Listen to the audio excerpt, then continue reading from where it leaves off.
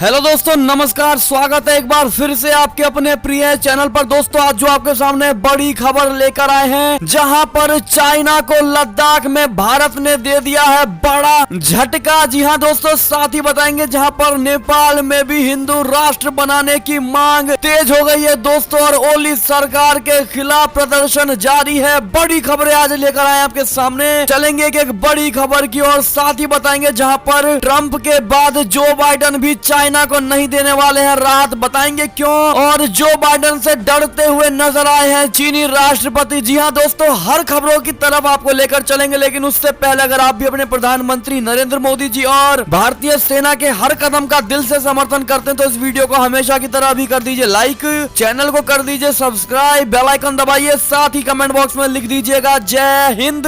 तो अब चलते हैं पहली और बड़ी एक्सक्लूसिव खबर की तरफ, जहां लद्दाख में चाइना की चालाकी का है ये असर। कारोबार में भारत ने ड्रैगन को दिया है झटका, ज्यादा एक्सपोर्ट कर कम किया इंपोर्ट। आपको बता दें, बड़ी अच्छी खबर आ रही है। चाइना से सीमा विवाद शुरू होने के बाद से भारत लगातार उसे झटके पर झटका दे रहा है। कुछ ही महीनों के भीतर कई चाइनीज कंपनियों की मोबाइल एप्लीकेशन ब्लॉक करने के बाद भारत ने पड़ोसी देश को एक और झटका दिया है। दरअसल भारत ने चाइना से पिछले कुछ महीनों के अंदर काफी कम इंपोर्ट किया है, जबकि उसका चाइना को एक्सपोर्ट बढ़ गया है। दोस्तों, चाइना के हालिया डेटा के अनुसार भारत द्वारा चाइना को 2020 के पहले 11 महीनों में किया गया एक्सपोर्ट 16% बढ़ गया है। इस डेटा में खास बात यह है कि साल भर दोनों देशों के बीच कोरोना वायरस और सीमा विवाद की वजह से कई बार आमना सामना भी देखा गया है। चीनी मीडिया द्वारा दिखाए गए डेटा के अनुसार इसी समय सीमा में भारत ने चाइना से 13% कम इंपोर्ट किया है। दोस्तों, डेटा को दिखाते हुए चीनी मीडिया ने एक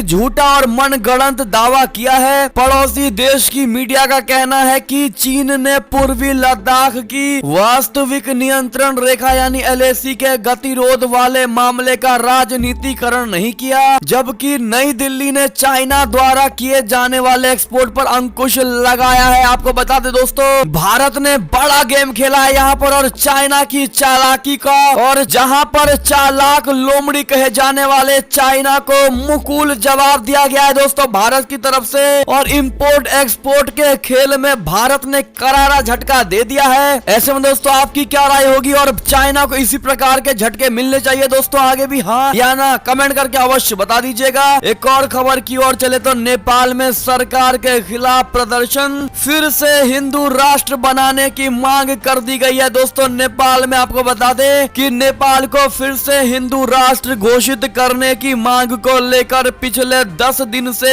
देशव्यापी प्रदर्शन किया जा रहा है। नेपाल के सभी प्रमुख शहरों में हजारों लोग सड़कों पर उतरकर देश को फिर से हिंदू राष्ट्र घोषित करने के लिए प्रदर्शन कर रहे हैं। दरअसल प्रदर्शनकारियों की मांग है कि नेपाल में संघीयता को खारिज कर फिर से राज्य संस्था की बहाली की जाए। बिना किसी राजनीतिक दल के सभी स्थानों पर नागरिक समाज बनाकर देश को धर्मनिरपेक्ष के बदले हिंदू राष्ट्र घोषित किए जाने की मांग ने जोर पकड़ लिया है। नेपाल में जब राजशाही के खिलाफ आंदोलन हुआ तो यहाँ की कम्युनिस्ट पार्टी और तत्कालीन माओवादी पार्टी ने देश से राजतंत्र के साथ साथ हिंदू राष्ट्र के रूप में रह रहे पहचान को भी खत्म कर दिया था, जबकि जन आंदोलन सिर्फ और सिर्फ राजशाही को खत्म करने के लिए था। जी हाँ दोस्तों, आपको बता दें कि अप्रैल 2006 में नेपाल में राजशाही के खात्मे के साथ ही जारी किए गए अंतरिम संविधान से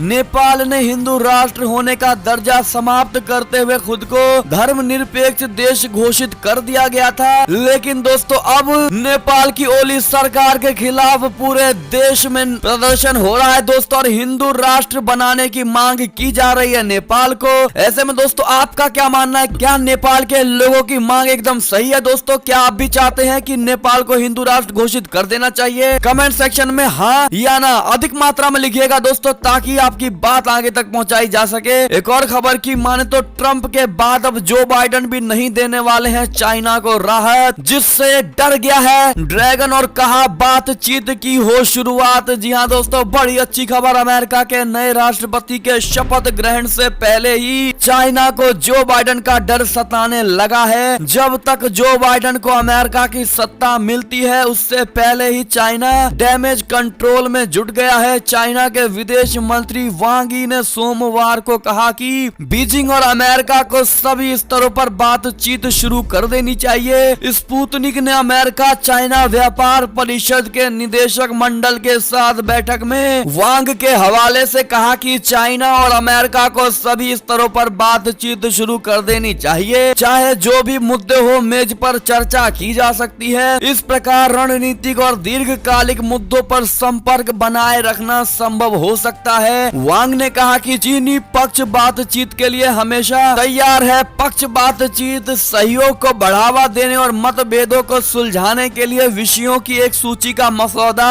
तैयार कर सकते हैं। उन्होंने कहा कि पक्ष वार्ता सहयोग को बढ़ावा देने और मतभेदों को सुलझाने के लिए एक सूची का मसौदा तैयार कर सकते हैं। जी हाँ दोस्तों, ऐसे में नेपाल, जी हाँ दोस्तों, ऐसे में ट्रंप के बाद अब जो बाइडेन भी चाइना को नहीं देने वाले किसी भी प्रकार की छूट और किसी भी प्रकार की राहत, और अमेरिका अभी भी चाइना के खिलाफ वही एक्शन अपनाने वाला है जो डोनाल्ड ट्रंप की सरकार में अपनाया जा रहा था। ऐसे में दोस्तों आपको क्या लगता है कमेंट करके अवश्य बताइएगा। एक और खबर की ओर चले तो चीन नेपाल मिलकर बदल रहे हैं एवरेस्ट की ऊंचाई, जिसको लेकर हुआ है बड़ा समझौता। बता दें दुनिया में पहाड़ की सबसे ऊंची चोटी यानी एवरेस्ट की ऊंचाई कितनी है? चीन की माने तो ये 29,017 फीट है। नेपाल पर भरोसा करें तो ये 29,028 फीट है। लेकिन अब दोनों देश एवरेस्ट की समान ऊंचाई तय करने पर राजी हो गए हैं। वॉल स्ट्रीट जर्नल की रिपोर्ट के मुताबिक नेपाल और चाइना ने एवरेस्ट की ऊंचाई को लेकर समझौता किया है और दोनों देश जल्द ही ऐलान करेंगे कि एवरेस्ट की नई ऊंचाई कितनी है। नेपाल के एवरेस्ट मापने के लिए शुरू किए गए प्रोजेक्ट के इंचार्ज सुशील डेंगोल ने कहा है कि मंगलवार को चाइना और नेपाल एवरेस्ट की ऊंचाई का ऐलान करेंगे।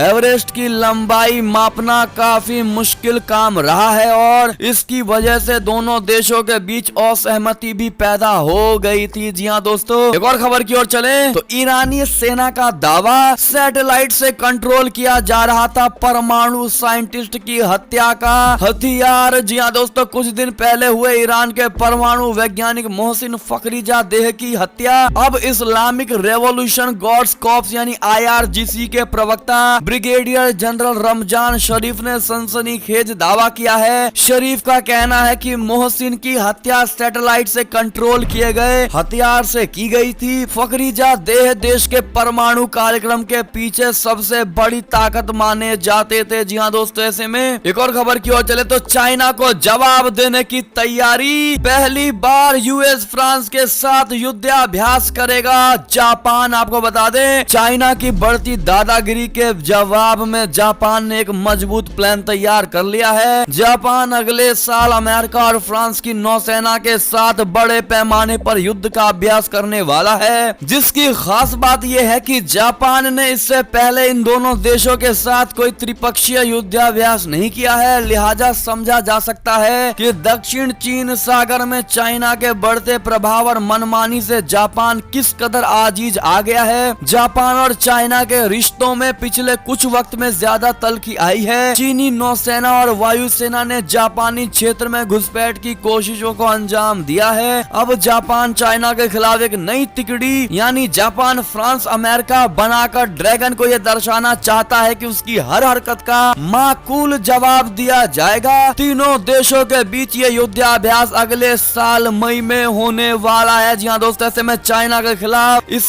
अभ्यास को बड़ा माना जा रहा है दोस्तों, और इससे चाइना को काफी ज्यादा नुकसान होने वाला है और काफी ज्यादा उसकी हेकड़ी दूर होने वाली है। दोस्तों, इसको लेकर आपकी क्या प्रतिक्रिया होगी कमेंट करके अवश्य बता दीजिएगा। एक और खबर की अगर बात करें तो इजराइल पर बरसे सऊदी अरब के प्रिंस नेतन्याहू के मंत्री रह गए हैरान। आपको बता दें कि सऊदी के प्रिंस ने रविवार को बहरीन में आयोजित हुई सुरक्षा शिखर वार्ता में इजराइल को खूब खरी खोटी सुनाई। सऊदी प्रिंस तुर्की बिन फैसल अल सऊद की टिप्पणी से बैठक में मौजूद इजराइल के विदेश मंत्री असहज हो गए हैं। सऊदी प्रिंस का यह बयान इजराइल को इसलिए भी हैरान करने वाला था क्योंकि सऊदी के सहयोगी यूएई और बहरीन ने हाल ही में इजराइल के साथ रिश्ते बहाल किए थे। सऊदी अरब ने भी इस समझौते को लेकर कोई आपत्ति नहीं जताई थी। जी हाँ दोस्तों, ऐसे में ये बड़ी खबर थी। दोस्तों एक और खबर की बात करें तो वेनेजुएला से खबर आ रही है, जहां राष्ट्रपति निकोलस मादुरो ने भारी बहुमत से जीता है चुनाव, जिन्हें फर्जी बताकर विपक्ष ने किया था बहिष्कार। आपको बता दें, वेनेजुएला में हुए नेशनल असेंबली के चुनाव में राष्ट्रपति निकोलस मादुरो ने जीत दर्ज की है। गौरतलब है कि देश के विपक्ष ने फर्जीवाड़े का आरोप लगाते हुए चुनाव का बहिष्कार कर दिया था। मादुरो को पार्टी को 68% वोट मिले थे और विपक्ष को सिर्फ 18% वोट मिले हैं। इसके साथ ही मादुरो ने देश में हर संस्थान पर पूरी तरह से सत्ता स्थापित कर ली है। जी हाँ दोस्तों, ऐसे में आप भी इनको कांग्रेचुलेशन अवश्य कह दीजिएगा। दोस्तों ऐसे में ये थी अब तक की सारी बड़ी खबरें। आपको हमारी खबरें कैसी लगी? आशा करता हूँ काफी अच्छी लगी होगी। अगर जरा भी अच्छी लगी तो इस वीडियो को अभी अपने भाई बंधुओं में व्हाट्सएप, फेसबुक, ट्विटर के जरिए पूरे भारत में शेयर करना बिल्कुल मत भूलिएगा। और अभी कर दीजिए इस वीडियो को लाइक, चैनल को कर दीजिए सब्सक्राइब, बेल आइकन दबाइए।